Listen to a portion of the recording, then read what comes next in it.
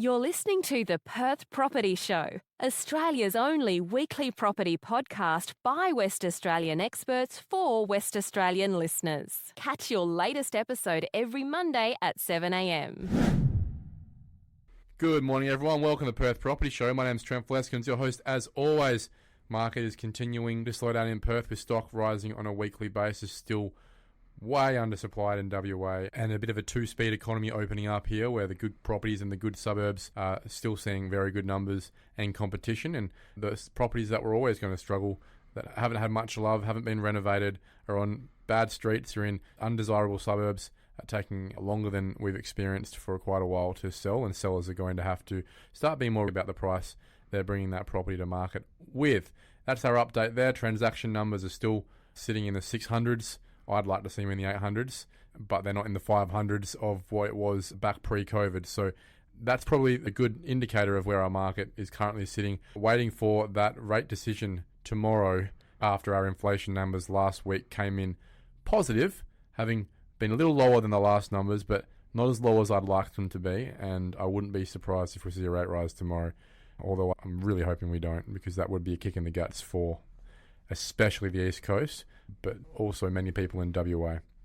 Let's move on to our chat today, and it is Nerd Alert time. Nerd Alert, we have Aaron Sice in the studio, WA's biggest property and construction nerd. He's the Assistant Director at the HIA, backing up Michael McGowan, doing some amazing work on reform. What I'd like everyone to know is that all the reform that John Kerry is talking to right now, is announcing, a lot of that came from this man's brain.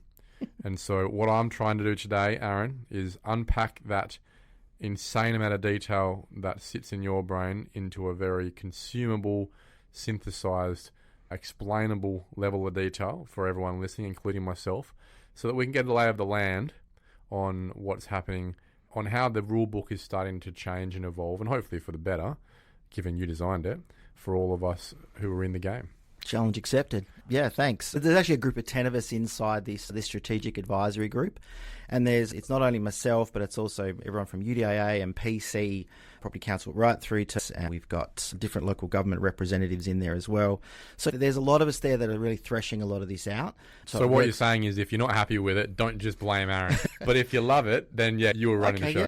No, but everyone has the opportunity to put a lot of things up. I guess I'm a bit more fortunate than most that a lot of the ideas that have come out of both my experience in industry, but also with my committee's experience in industry, it really does inform a lot of changes happening in that. Guys in the bureaucracy, they respect you, they listen to you, and if they could just let you do their job, they probably would, which would be easier for all of us, to be honest.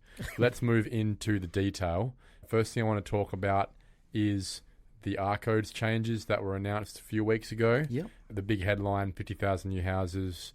Minister Kerry was pretty open, saying, look, it's obviously not going to be 50,000 next week. It's not going to be 50,000 in 20 years, but 50,000 houses could get subdivided. Absolutely. If we all decided to as landowners tomorrow, and it made sense financially to do it.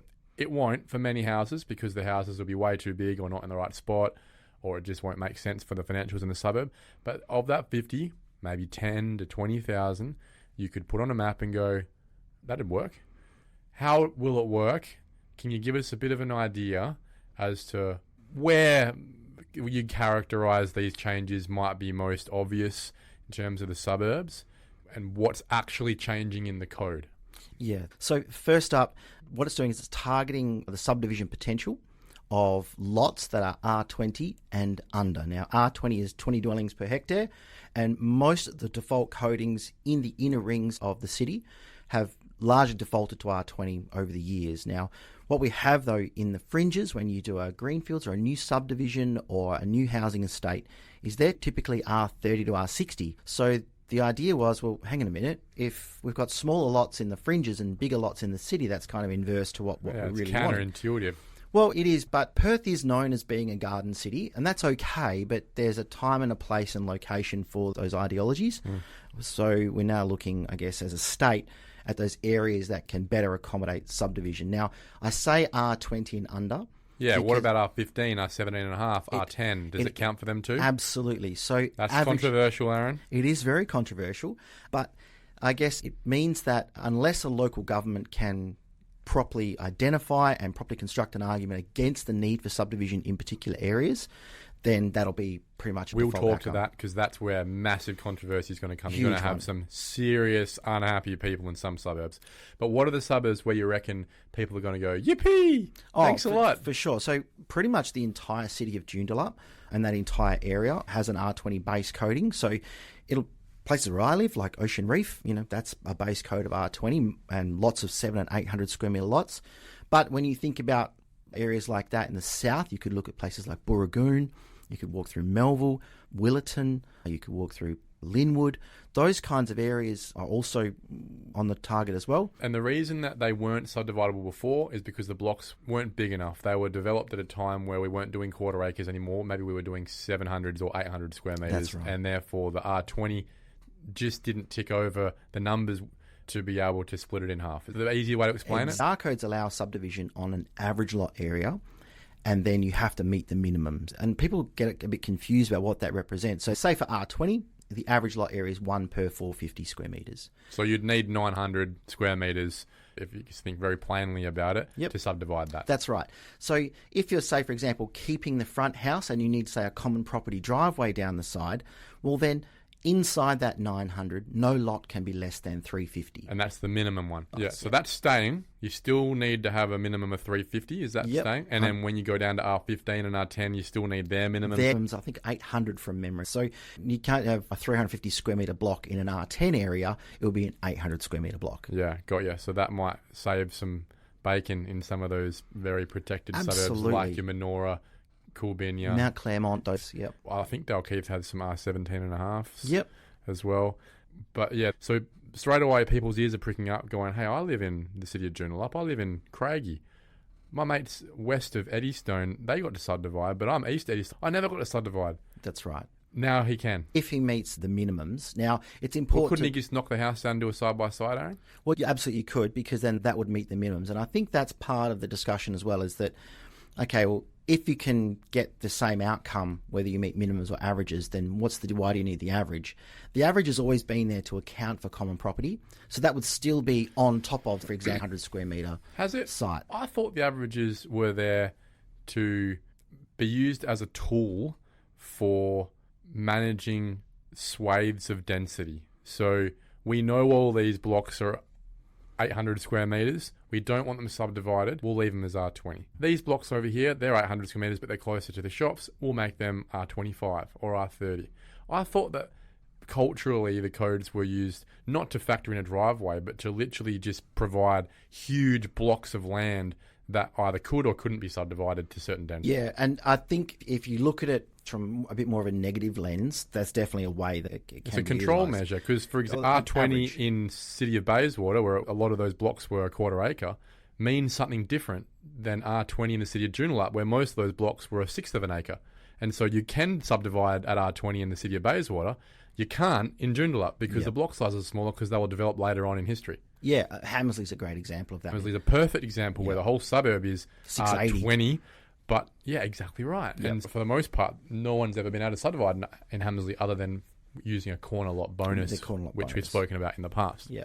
So, yes, but the way that the minimum lot sizes have been getting more and more aggressive. For affordability, to be frank. Absolutely, but also it takes account for things like awkward lot shapes, etc. So if you look at it from more of a positive lens, it's actually encouraging infill by allowing smaller lot sizes to occur. Yep. But what we have seen, and I think it's very obvious when you look at the minister's map that he's laid out, the swathes of red that would now be subdivisible. If you look at, say, everything from Booragoon and Murdoch through Melville, Belmont, the west side of Mirrabooka, east side of Warwick, right out to the coast and all the way up to close to Clarkson, where everything's pretty much R20, all of this can now be opened up. And there are local centres in that area, and I think it's viable to think that Perth as a city within a 20 or a 25 kilometre ring would be reasonably subdivisible for most lots.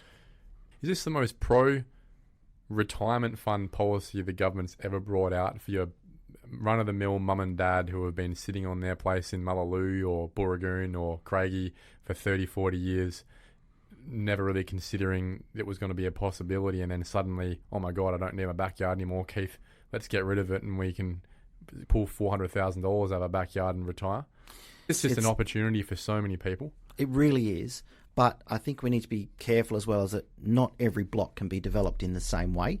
So if you've got a bigger house and it doesn't have the room out the back, anything you get rid of on a development site, you've got to pay to replace, right? If you bowl that front house over, you've got to pay to replace it at current rates. Value. You've lost that equity. I guess the point is, if you're sitting on a mansion or a big 90s 4x2 that covered a lot of that block, this probably isn't for you. Exactly. But if you're sitting on a one from the 70s or 80s or a 4x1 and you've got 350 square metres in the backyard, this could be a game changer, a life changer. It really could. And the funny thing about this as well is that people forget that ancillary dwellings are allowed on one per single house or one per group dwelling or a villa. So where you've got one house on, say, 800 square metres, which would maybe be 350 square metre blocks and a 100 square metre driveway, you can now get effectively 4 dwellings on that. Just break that down a little bit more, because I know that was a medium density change, wasn't it? Yeah, so you can put an ancillary dwelling on any single house, which is a granny flat, on any single house block or any group housing block.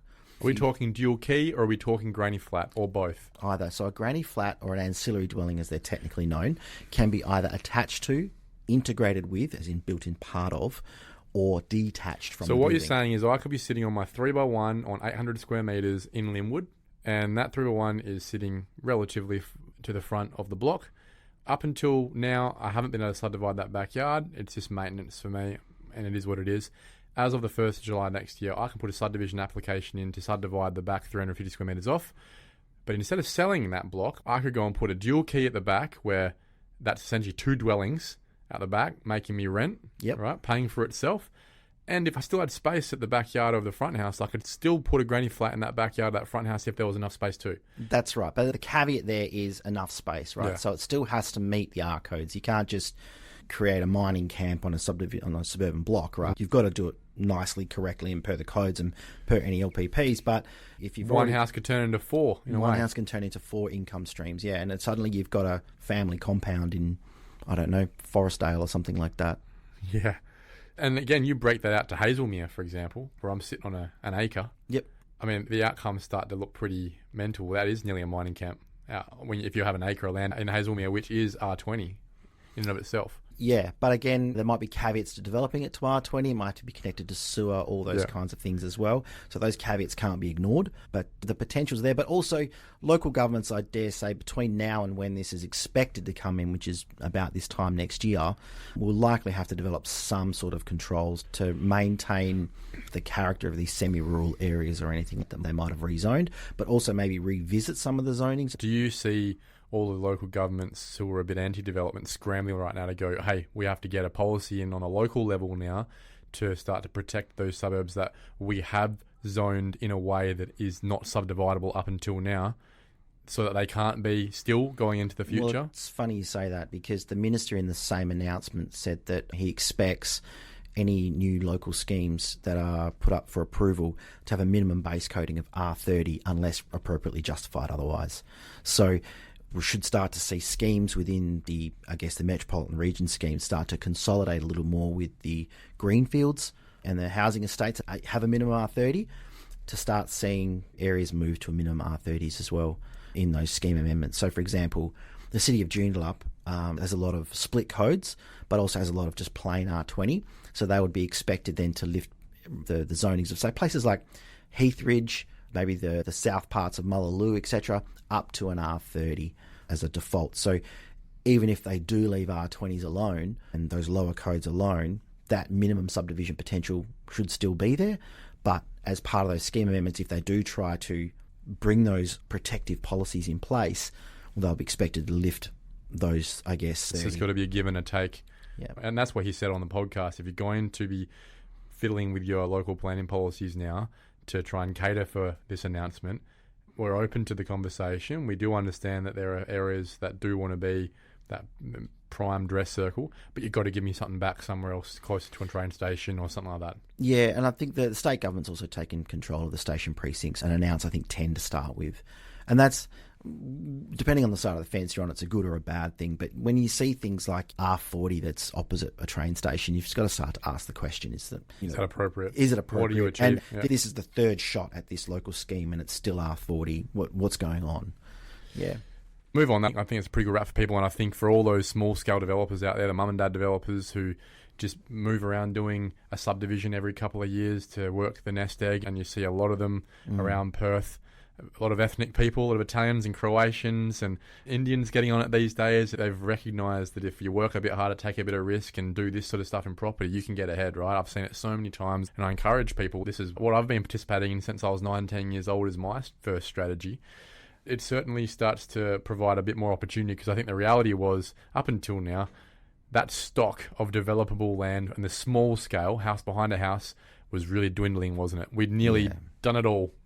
So this is just going to open up a brand new chapter of that for those people who aren't sophisticated or financial enough to go and do 6 townhouses, but still want to be able to put their money somewhere every year or two and do a project. Yeah, and it makes a lot of sense for the smaller developer. Really will help people get ahead. I think with the changes to CGT on the way and those kinds of things as well, the ability to be able to put this stuff into your super and your nest egg is probably very attractive. But like I said, it's still not here yet. So if you are going to go out and go buy up half of Lynwood, then that's a risk I wouldn't want to take until there's actually a stamp on a piece of paper. He's announced it in a way where it sort of feels rubber stamped already, though. This one seems like one of the most fait accompli policies ever. It still has to go out to consultation, and we could find genuine issues with doing things like this. And I can already hear the community groups talking about things like trees in backyards and loss of suburban character and those kinds of things. Big issue with it. Did you listen to it and prick your ears up and go, "Thanks, Brad"? I do take what anyone says in a political space with a grain of salt, but... He's got a point, though. As I've said on my pod with Minister Carey, it is nearly inevitable that when you're doing house behind a house devs, you are going to knock a tree down. There's no way around it, really, is there? So many local governments have what's called a provisions or a model tree local planning policy. Now, WALGA, the WA Local Government Association, they drafted this one with legal advice so that every local government could adopt it.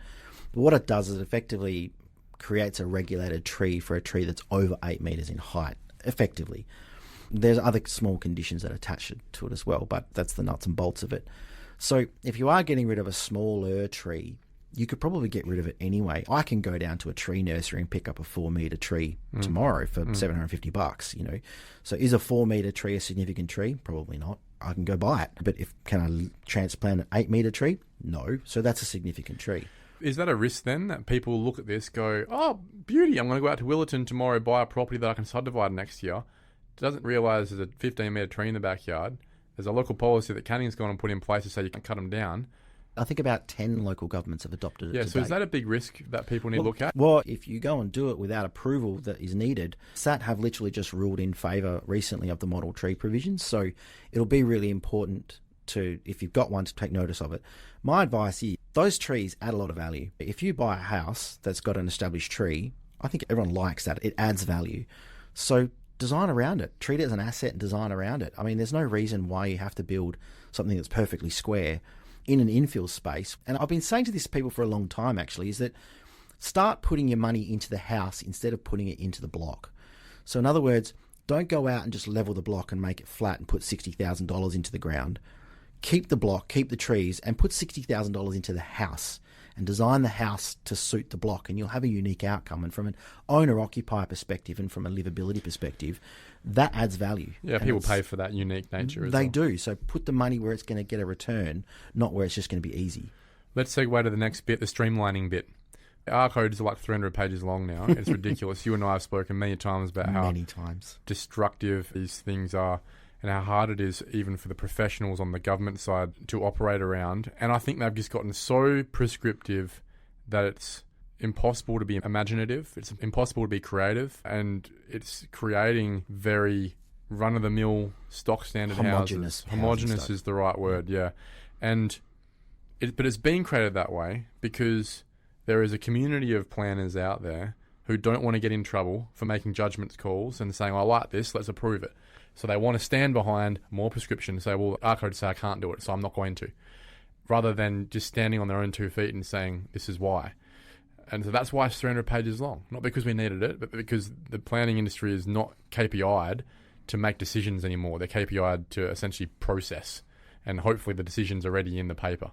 How do you strip that back culturally after years and years and years of another thing being added, another thing being another policy being Frankensteined on, to now get back to just trusting people to use their judgment and be pro-development. Yeah, homogenous housing stock is not okay as far as I'm concerned. It's a product of these R codes. Well, so we need to think back to what the R codes originally represented, right? It was taking the big 80s 5x3 with a sunken games room and making slightly smaller versions of them to put into the back blocks of Osborne Park and that kind of thing to address housing needs, right? And it took with it all the controls that you would expect of a 5x3 into a small little villa, forgetting that when you live small, it's effectively an apartment with a courtyard. It's not a small house with the same size kitchen. And the same liberties. Exactly. And the same privacy rights and all these things, same setback requirements, etc. So part of this approach with originally Part C of the R codes, which was the whole medium density code change, was to redefine exactly what middle ring housing would look like or infill housing would look like. And there's another extension that's been announced, we've been working on for a while as part of this SAG group, the Strategic Advisory Group, is the splitting of the codes. So we'll effectively have one code for single houses, which is just one house on one block with no common property. And it's largely meant to affect things in new housing estates, etc., which are a very, very different beast to, say, a split block side by side in, say, Angelo Street, South Perth, right? It's a different thing. So the next code is the group dwelling code, and that will be able to prescribe infill outcomes that don't necessarily contradict or weigh on single houses. But didn't we just do this 2 years ago with the medium density code? Now, what we did is we split the one code into two, and we still had single houses grouped with group dwellings and multiple dwellings and that kind of thing. Whereas now we're going to split them up into single houses as one code or one chapter, group housing is the next chapter, and multi-dwellings is the next chapter, which are apartments or small walk-ups, whatever. And what's the benefit we're going to get from all this? Because it just seems like, pick one, for God's sake. Yeah, so what it does is, one, it allows streamlining of assessments. So what we can do is we can have effectively checks on assessments that are done much quicker because they're not grouping other elements. But there's another announcement that's just come in as of 2 days ago, that one that we've been working on through HIA for a long time. And this is an expansion of the exemptions from a DA. So if you're doing a standard house, you don't have to go to DA as long as you meet what's known currently as the deemed to comply provisions. Which is very rare in infill rebuilds. In infill environments, absolutely, completely agree. Because most single houses in infill environments, believe it or not, are actually a group dwelling because the title doesn't exist at the time that the DA was made. So that's two houses on one lot, a group dwelling, or they've got a common drive. Or you're just knocking down an old house, building a new one, but you've got neighbours that you might be overlooking, or you want to do something special, architectural. It rarely meets, because it's 300 pages long, the massive prescription of you must build this house this way. That's right. So you step out of the boundaries. I need a little bit more space here. I'm going to give it up there. Bang, doesn't end to comply. DA, 60 days, stop the clock, turns into 4 or 5 months. Yeah. Every bloody time, man. Yeah, so the idea is that those single houses are easier to design and easier to develop under the R codes, whereas if it's a group dwelling, then you can follow another pathway. Now, these exemptions from DAs can now expand up to 4 group dwellings on one lot, but also 4 apartments on one lot. So if you're doing one house behind another house, it doesn't matter whether that driveway is common property or not.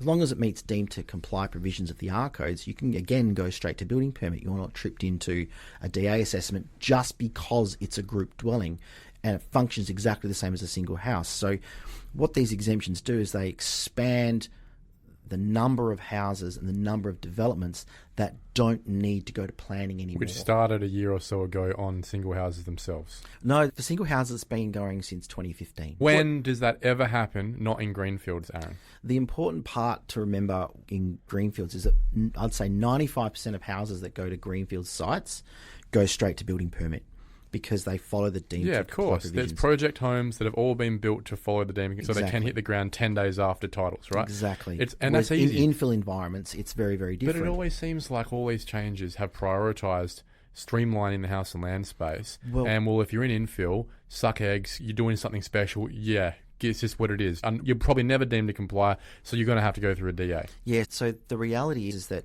within local, I guess, inner city local governments, there's lots of LPPs that can be attached to something that needs a DA. Yep. But if it doesn't need a DA, it's only what's in the scheme because it comes under these same exemption provisions. Got ya. So unless it's in the scheme, it has to be written into their scheme as a variation. It can't just be a tack on LPP.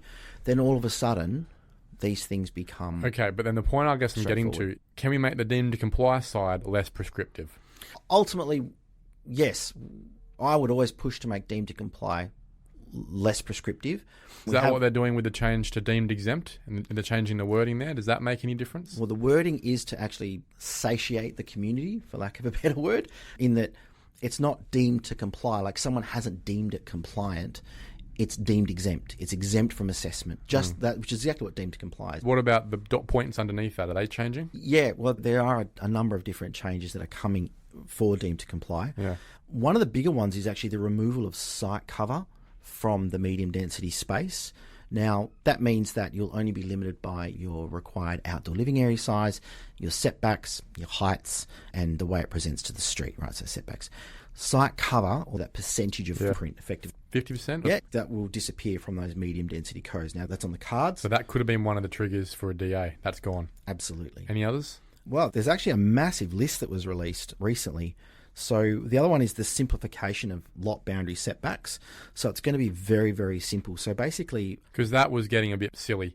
Those tables were incredibly difficult to work Based through. on wall height, how high you were, is second story, overlooking, window here, not window there, how long's the wall. It was this huge matrix. Absolutely. So basically up to 3.5 metres, it'll just be a metre. If it's up to 7 metres, it'll be 1.5 metres. If it's above 7 metres, it'll be 3 metres. Okay. It just simplifies things like that. What about if you want a parapet wall? And so now those allowances have also been expanded, so you can have 2/3 of a boundary to 2 or 3 boundaries. So again, making better use of the space of the block.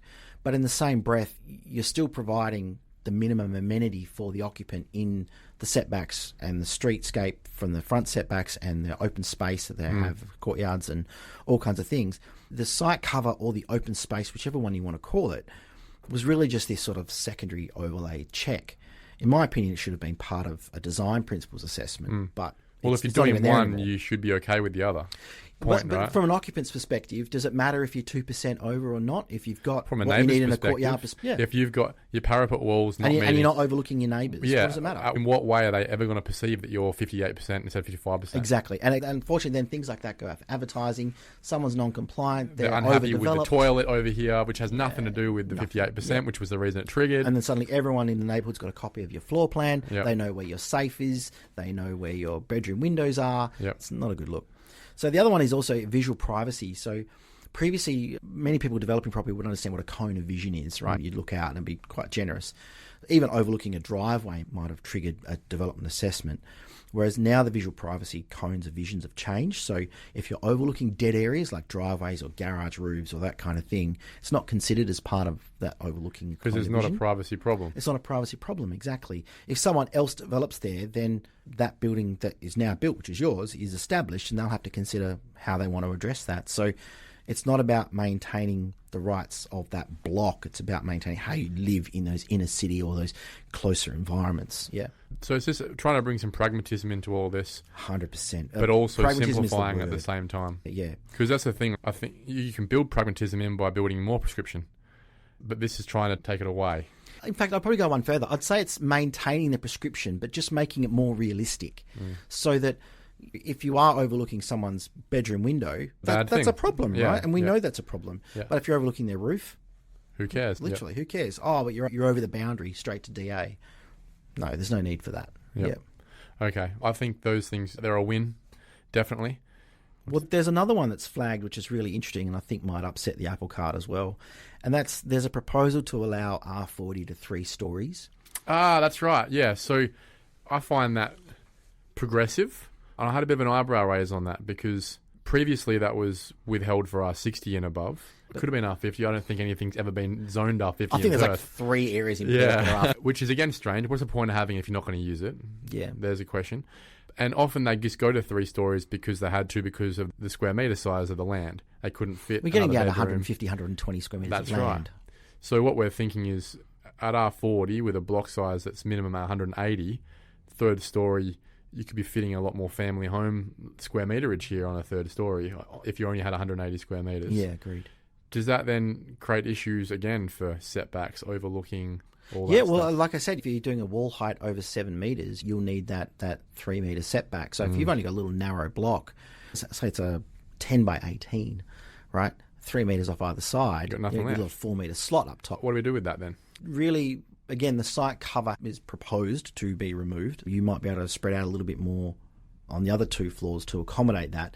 But if you've got more of what an R40 corner block style represents, where you might have, say, a 15 by 15 or a 12 by 15, that's a whole living room upstairs, right? So that's a different kettle of fish.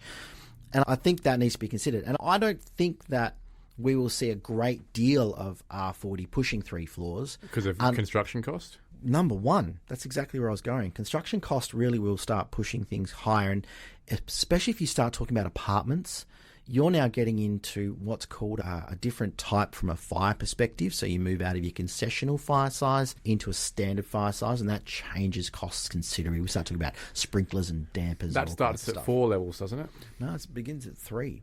Then no one's going to do it because no one's going to put a pump station in. No one's going to put sprinklers in. Well, you might not need pump stations depending where the hydrant is, that kind of thing. But smaller apartment blocks will probably still be 2 stories to take advantage of what's known as Type C.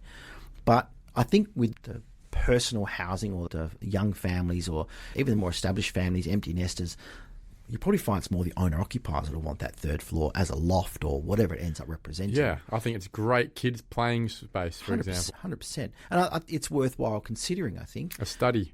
An extra storage. When you right? think about the way that Europeans live, so many of them utilise that attic for just a multi-purpose room. Many things over their lifetime. It was a sewing place, and now it's the office, and now it's where the kids do their acrobatics. And yeah, and if you think about where we used to be with attics in Perth, they were always the hottest room of the house. Sorry, 7 Stars has kind of knocked that on the head, so it's probably going to be quite a nice conditioned space. Yeah. Okay, so look, I guess, again, it's just more optionality for developers to offer products to the market and families to go, well, hang on, maybe we could see ourselves living on 200 square metres of land. Yeah, if I can get an extra floor. You look at some of the interesting lots in the centre of Sydney and those kind of places, some of them are down to 50 and 60 Well, metres. they're all walk up, walk down. But they're stories high as, Paddington, as family homes. perfect example. Been around for 100 years. Yeah, tiny blocks. Yeah. Yeah. Okay, so that's great. But what's next? There's site works and retaining walls has always been a really big one in the lower codes. You've always been limited to 1/2 metre of variation, whether it's excavation or fill. As in trying to bring a site up or down to meet the level space. It just meets where it used to some be on. buildable sort of level, yeah. So if we can build it back, you got your natural ground level. It's defined by your survey. You've always been limited 1 metre or 1/2 metre. Okay. You can't augment your natural ground level by more than 1/2 metre up Yeah, or down. cut or fill, yep. That's what behind the street setback line you can cut as much as you want, but you can't fill. Okay. So it's but 1/2 metre's been the limit. In the old medium, well now the current medium density code is Part C, but in that we push from that to be 1 metre, in the knowledge that infill lots are not all flat, right? They're weird shapes, especially the R40 sections through Melville. They've got some incredible slope as well. So we're now pushing to get the site levels at 1 metre no matter where you are, because if we are talking about developing R20 blocks at minimum in infill areas and bringing everything up to R30. We're going to see a lot more infill development, and 1/2 metre is just not realistic anymore. Even if you wanted to put a house behind a house in somewhere like Karrinyup, think about the slope behind the shops there down to the lake. You know, that's a huge difference for those sort of areas. And So more retaining walls. or just allowing the building to be stepped a bit more, something like if you want to work with the lay of the land. The idea is that it's not triggering DAs for things that are really not your fault. And really shouldn't have a contextual discussion, because at the end of the day, the slope's there. Why are we having a contextual decision? Yeah, what did you expect me to do? You gave me the zoning to infill. What am I doing with this now? What am I doing with this land? Exactly, yeah. So it doesn't penalise the neighbourhood by recognising those slopes in those areas. Aaron, one of the more controversial ones I think that people are going to start recognising is the removal of minimum parking numbers. Now, I've been through the ringer on this historically, needing to have minimum amount of parking. And the funny thing is, you see around most of the world massive numbers of apartment buildings that have no parking. And no one's complaining. Everyone just lives a life without a car. They live a life connected to public transport, and that's their choice. The people who buy and rent there choose that. They're comfortable with it, and the people who develop it do it because they believe there's a market for it. We do live in a state where the reality is the second you turn 17, if you have your license, you have freedom. And if you don't, you are stuck in a very inefficient public transport system. I'm going through that now. Chicken and egg situation, right? So everyone has a car. If you want to go see your girlfriend, you drive. You have to park outside her house. Now, if there are swathes of streets that are zoned for medium density, for walk-ups, for three-storey apartment blocks, things like that, which I hope we see more of in the future. Stuff like the River Vales and the Nollamaras that we saw a little bit of back in the day. And there are many of them that already just have one parking bay where two people live with two cars and the streets are blocked up. What does it look like when there's no parking bays? Where do the inevitable cars go? Yeah, it's not really targeted at that kind of development. But it allows for it. It may do, but I think you would find that anyone securing advice ahead of part of a feasibility study would suggest the number of bays that they would need. I think a lot of people, back when the plot ratio announcements were announced for multi-dwellings, got a bit ahead of themselves, and you start to see that. And there are apartments in Dayton that have one car bay and there's no train station, right? And that's where Part C is trying to say, okay, we really don't want that kind of built form. We really need them to be nice. And to an extent, that's a good idea, having those sort of amenity-style buildings. But I don't think it's designed for that. It's more there's a development block on Bennett Street in East Perth, and we want to have 12 of the 36 apartments with no car bays. Yeah. And allowing that as just deemed to comply or deemed without exempt. it being something a lot of them about. Yeah. I did a development right next to the train station many, many years ago now for 12 apartments. Literally, it was staring at the train station and I needed 12 car bays. And that's in a city. And you think to yourself, well, surely I could have just done a 50% car bay concession or something like that. And everyone was saying at the time, this is the perfect spot to have no car bays. But it was still forced upon me. So there's those issues. I agree. It should be development-led. It should be market-led. Minister Kerry is very correct about that. And I'm all for free markets. Don't get me wrong. I would rather have this than have the prescription. But it's probably less of a concern about the relaxing itself and more about just what are we going to do about it as a culture when we've got streets out there that are already full simply with one car bay because the husband and wife both have their own cars in that two-bedroom apartment. What are we going to do about it as a community generally? It's part of that choice you make as a consumer as to what you buy and what you're happy to have. What about money being spent at a local government level to create more street bays rather than it being a verge no one looks after in the first place? I would love to see that. And I think part of the neighbourhood design, which is the new livable neighbourhoods subdivision design, actually will have streetscape modelling that allows for on-street bays and street parking off the carriage but still within the reserve and those kinds of... If you're going to facilitate no off-street parking, you have to have on-street parking. You have to be able to facilitate it one way or another because there will be the cars. And that's what I'm leading to with that conversation is right now, because we don't facilitate for the on-street parking in the places like Rivervale, all the cars just park on the street. Or just park on the carriageway itself and you're running around all these cars on both sides of the street. Yeah, and there's two schools of thoughts on this. One is that it is difficult for emergency services to navigate and there's a problem there.